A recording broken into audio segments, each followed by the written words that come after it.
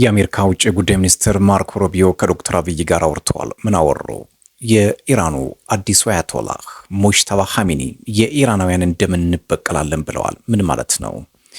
የኢራኑ ፕሬዝዳንት መሱድ ፔዜሽኪያን የኢራን ሉዓላዊነትን ማክበር፣ ካሳ መክፈልና እንዲሁም ለወደፊቱ ወራሪዎች የማያጠቁን ዓለም አቀፍ ዋስትና ከተሰጠን ለድርድር በራችን ክፍት ነው ብለዋል። እነዚህ ጉዳዮች ምን ናቸው? ዶናልድ ትራምፕ 11.5 ቢሊዮን ዶላር እስካሁን ከስረናል፣ ከዚህ በኋላም 50 ቢሊዮን ዶላር ያስፈልገናል እያሉ ነው። የኢትዮጵያው ጠቅላይ ሚኒስትር ዶክተር አብይ አህመድና የአሜሪካው ውጭ ጉዳይ ሚኒስትር ማርኮ ሩቢዮ በአራት ዋና ዋና ጉዳዮች ላይ አውርተዋል። እነዚህ አራት ዋና ዋና ጉዳዮች ምን ናቸው? ማርኮ ሩቢዮስ በአመት 3 ጊዜ ለምን ለዶክተር አብይ መደወል አስፈለጋቸው? የሚሉትን ነገሮች እንመለከታለን። ማርኮ ሩቢዮ ቀጠናዊ መረጋጋት፣ የጸረ ሽብርተኝነት ትብብር፣ የኢኮኖሚ ብልጽግና፣ በአፍሪካ ቀንድ የረዥም ጊዜ መረጋጋት የሚሉ አራት ዋና ዋና ጉዳዮችን አንስተዋል። የረዥም ጊዜ መረጋጋት የሚለውን ስንመለከተው እንግዲህ በምስራቅ አፍሪካም ቀጠና ላይ ከባድ የሆነ የተወሳሰበ ለብዙ ጊዜ ሊፈታ የማይችል ሽርብና ሴራ፣ ደባና ተንኮል ያለበት ቀጠና እንደሆነ ይታወቃል። በዚህ ቀጠና ላይ ሀያላኑ የራሳቸው ፍላጎት ለማስከበር የቀይ ባህር ቀጠናንም ለመቆጣጠሩ ሲሉ የራሳቸውን ቡድኖች ይፈለፍላሉ። በተለይ ከቅርብ ጊዜ ወዲህ የአረብ ሀገራት ወደ ቀጠናው አይናቸው ማዞራቸው ለአውሮፓና ለእስያ ሀገራት ብዙም የተመቸ አይደለም። ስለዚህ በዚህ ቀጠና ላይ ውስብስብ የሆኑ የፖለቲካ ጉዳዮችን ይፈጥራሉ። ኢትዮጵያ ደግሞ ለዚህ ትልቋ ማዕከል ናት። ቀጠናዊ መረጋጋት በሚለው ጉዳይ ላይ ማርኮ ሩቢዮ አጽንኦት የሰጡት እንደ ፖለቲካ ተንታኞች ከሆነ የአልሻባብ ማንሰራራትና በሱዳን ያለው ያልተገመተ ሁኔታ ለቀጠናው መልካም እንዳልሆነ ነው የሚነገረው። ሌላው ጉዳይ ኢትዮጵያ በውስጥ ፖለቲካዋ ጨምሮ ከሻቢያ ጋር የገባችበትና በሶማሌላንድ ጉዳይ የመተንፈሻ የባህር በርን አስመልክቶ በተደረሰው ስምምነት እስካሁን ድረስ ገና ግልጽ ያልሆነ ከልብ ያልሆነ የተለያዩ የፖለቲካም ሽኩቻዎች ስላሉ ይሄን ወደ ሌላ እንዳይሄድ ማርኮ ሩቢዮ ስጋት አላቸው። ስለዚህ አልሻባብን ለመከላከል ሲባል ኢትዮጵያ የግድ አስፈላጊ ናት። ይህ ለኢትዮጵያም ትልቅ ጠቀሜታ አለው። ሌላው ኢኮኖሚያዊ ጉዳይ ወይም ደግሞ ኢኮኖሚያዊ ብልጽግናን አንስተዋል። ይህ ሁለት መልክ አለው። አንድም አይኤምኤፍ ከኢትዮጵያ ጋር የሚያደርገውን እንቅስቃሴ ድጋፍ ለመስጠት ሊሆን ይችላል። በሌላ በኩል ደግሞ ኢትዮጵያ በተለያዩ ጉዳዮች ላይ ነፃ ተጠቃሚ የምትሆንበት የአጓ የሚባለው መርሃ ግብር ተመልሶ ሊፈቀድላት ይችላል የሚል ፖለቲካዊ ግምት እየተሰጠ ይገኛል። ቀጠናዊ መረጋጋት እንግዲህ ይሄ በጣም የምስራቅ አፍሪካ ቀጠና ዝም ብለን እንደምናወራው አይደለም። እጅግ በጣም የዓለማችን 70% የንግድ መስመር የሚተላለፍበት ስለሆነ ይህ ቀጠና ይህ የቀይ ባህር ወገብ በጣም ጤናማ መሆን አለበት። በጣም በአግባቡ የተረጋጋ መሆን አለበት። መርከቦች በሰላም ማለፍ አለባቸው። ምዕራባውያኑ የፈለጉትን የንግድ መስመር ማሳለጥ ይኖርባቸዋል። ከኢትዮጵያ ጋር የሚደረገው ትብብር በጣም ቀጣይነት ያለው መሆን እንዳለበት ብዙ የፖለቲካ ተንታኞች ያምናሉ። ማርኮ ሩቢዮም ከዚህ ተነስተው ሊሆን ይችላል ሀሳባቸውን እያስቀመጡ የሚገኙትና ከጠቅላይ ሚኒስትሩ ጋር ከፍተኛ ውይይት ያደረጉት። ሌላው ጉዳይ የጸረ ሽብርተኝነትን ትብብር ነው። እንግዲህ እንደምታውቁት ነው በተለይ አልሻባብና መሰሎቹ በዚህ ቀጠና ላይ ከባድ የሆነ ቀጠናዊ ትርምስ ይፈጥራሉ። ይህን ቀጠናዊ ትርምስ ለማረጋጋት ደግሞ አንድ ቋሚ ዘብ ያስፈልጋል። ይቺ ቋሚ ዘብ ደግሞ ይህን አካባቢ ደግሞ ሰላም ለማምጣትና አልሻባብን በመምታት በኩል ደግሞ እስከዛሬ ድረስ ከነመለስ ዜናዊ ጀምሮ ማለት ነው እስካሁን ድረስ ኢትዮጵያ ከፍተኛውን ድርሻ ወስዳለች። አሁንም ድረስ ሊቀጥል የሚችል አዝማሚያ መሆኑን ነው ማርኮ ሩቢዮ አጽንኦት የሰጡትኝ። ኢትዮጵያ አሁን በዲፕሎማሲ ደረጃ ከአሜሪካ ጋር ጥሩ አቋም ላይ መሆኗንም እየተነገረ ነው።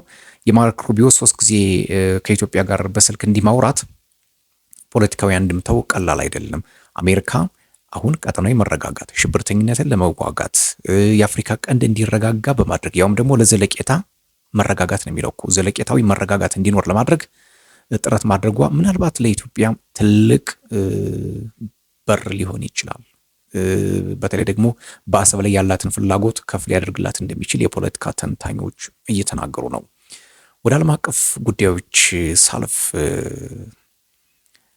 አዲሱ አያቶላህ ሞጅተባ ኻሜኒ ከአባቱ ሞት ከሚስቱ ሞት በኋላ እንዲሁም ደግሞ ከዘመዶቹ ህልፈት በኋላም ለመጀመሪያ ጊዜ በይፋ ወጥተው መልእክት አስተላልፈዋል። የኢራንን ደም እንበቀላለን ብለዋል። በተለይ ደግሞ በሚናብ ትምህርት ቤት የደረሰው ጥቃት በጣም የቴህራን ባለስልጣናትን ያንገበገበ ጉዳይ ሆኗል። 170 እስከ 75 የሚደርሱ ንጹሃን ተማሪዎች ጥቃት ደርሶባቸዋል ነው የተባለው። አሜሪካ እጅ የለበትም ኢራን ነው የመታችው ትላለች።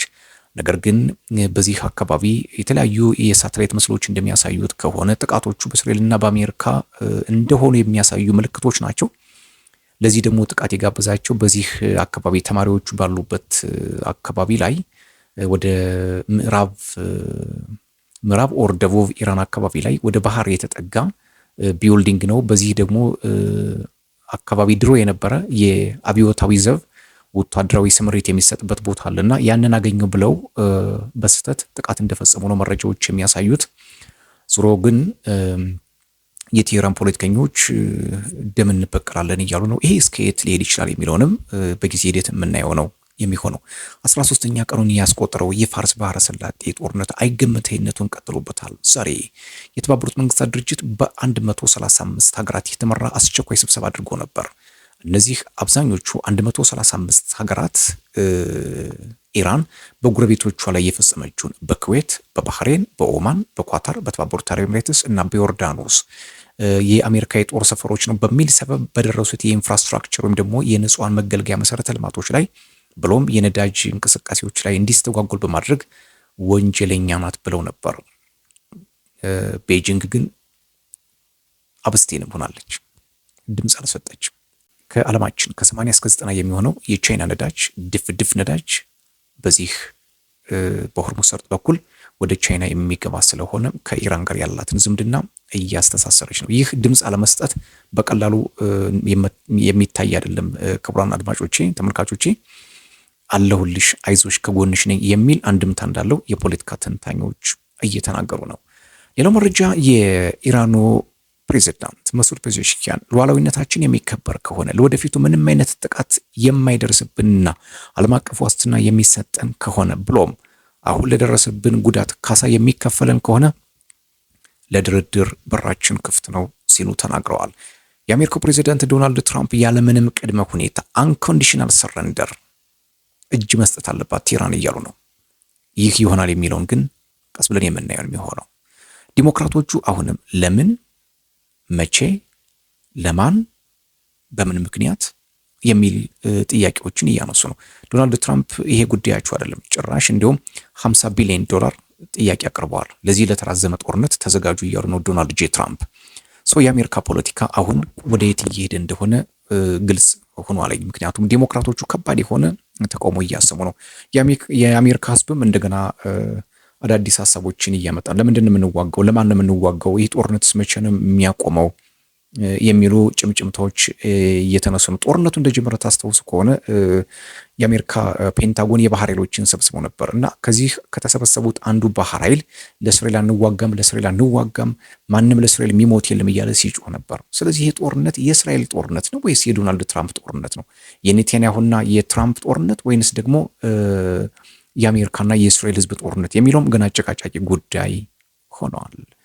ፔዜሽኪያን እነዚህን ቅድመ ሁኔታዎች ያስቀምጠዋል። ከቴል አቪቭና ከዋሽንግተን ግን እስካሁን ድረስ የወጣ መግለጫ የለም።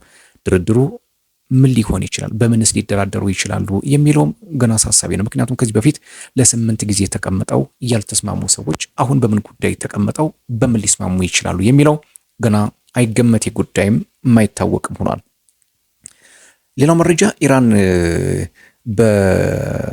በመህር ባድና ባንዳር አባስ በሚባሉ አየር ማረፊያዎች ላይ ሊደርሱ የሚችሉ ጥቃቶችን በመስጋት ሙሉ በሙሉ ዘግታለች። ሌላው አጎራባች ሀገሮች ወይም ደግሞ በፋርስ ባህረ ሰላጤ የሚገኙ ሀገራት ላይ ጥቃት መፈጸሟ ውግዘት አድርሶባት ነበር። ይሄንንም ያው ራሷን እየተከላከለች እንደሆነ ነው የምታስበው። ሌላው በጣም የገረመኝ መረጃ ምንድነው? እስካሁን ድረስ ኢራን 174 ሚሳኤሎችንና 689 ሰው አልባ አውሮፕላኖችን አስወንጭፋለች።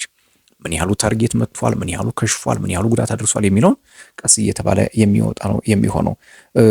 በሚያስገርም ሁኔታ እንግዲህ ቻይና 11.7 ሚሊዮን በርሜል ነዳጅ የምታገኝ ከሆነ ከቴህራን ጎን የማትቆምበት ምንም አይነት የሚያግዳት ነገር የለም። ሰው ፖለቲካው አሰላለፉ ካሁኑ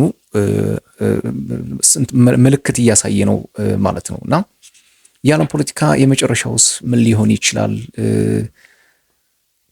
እነማን አሸንፈው እነማን ይወጣሉ፣ እነማን ይወርቃሉ፣ እነማን ይማረካሉ የሚለውም ገና ግልጽ አልሆነም። አሜሪካና እስራኤል በጣም አስገራሚ መረጃ የምነግራችሁ፣ አሜሪካና እስራኤል በኢራን 3 ነገሮችን አስበው ነበር።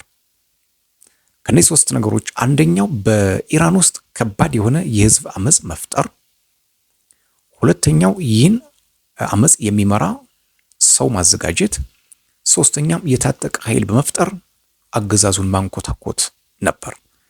እስካሁን ባለው መረጃ ይህ እቅዳቸው ከሽፏል። ሌላ ጊዜስ ምን ሊሆን ይችላል የሚለውን የምንመለከተው ይሆናል። ዓለም አቀፍ መረጃዎች እነዚህን የነበሩትኝ። ሰብስክራይብ፣ ላይክ፣ ሼር፣ ኮሜንት እያደረጋችሁ ቤተሰብ እንድትሆኑ የአክብሮት ግብዣዬ ነው። ሰላም።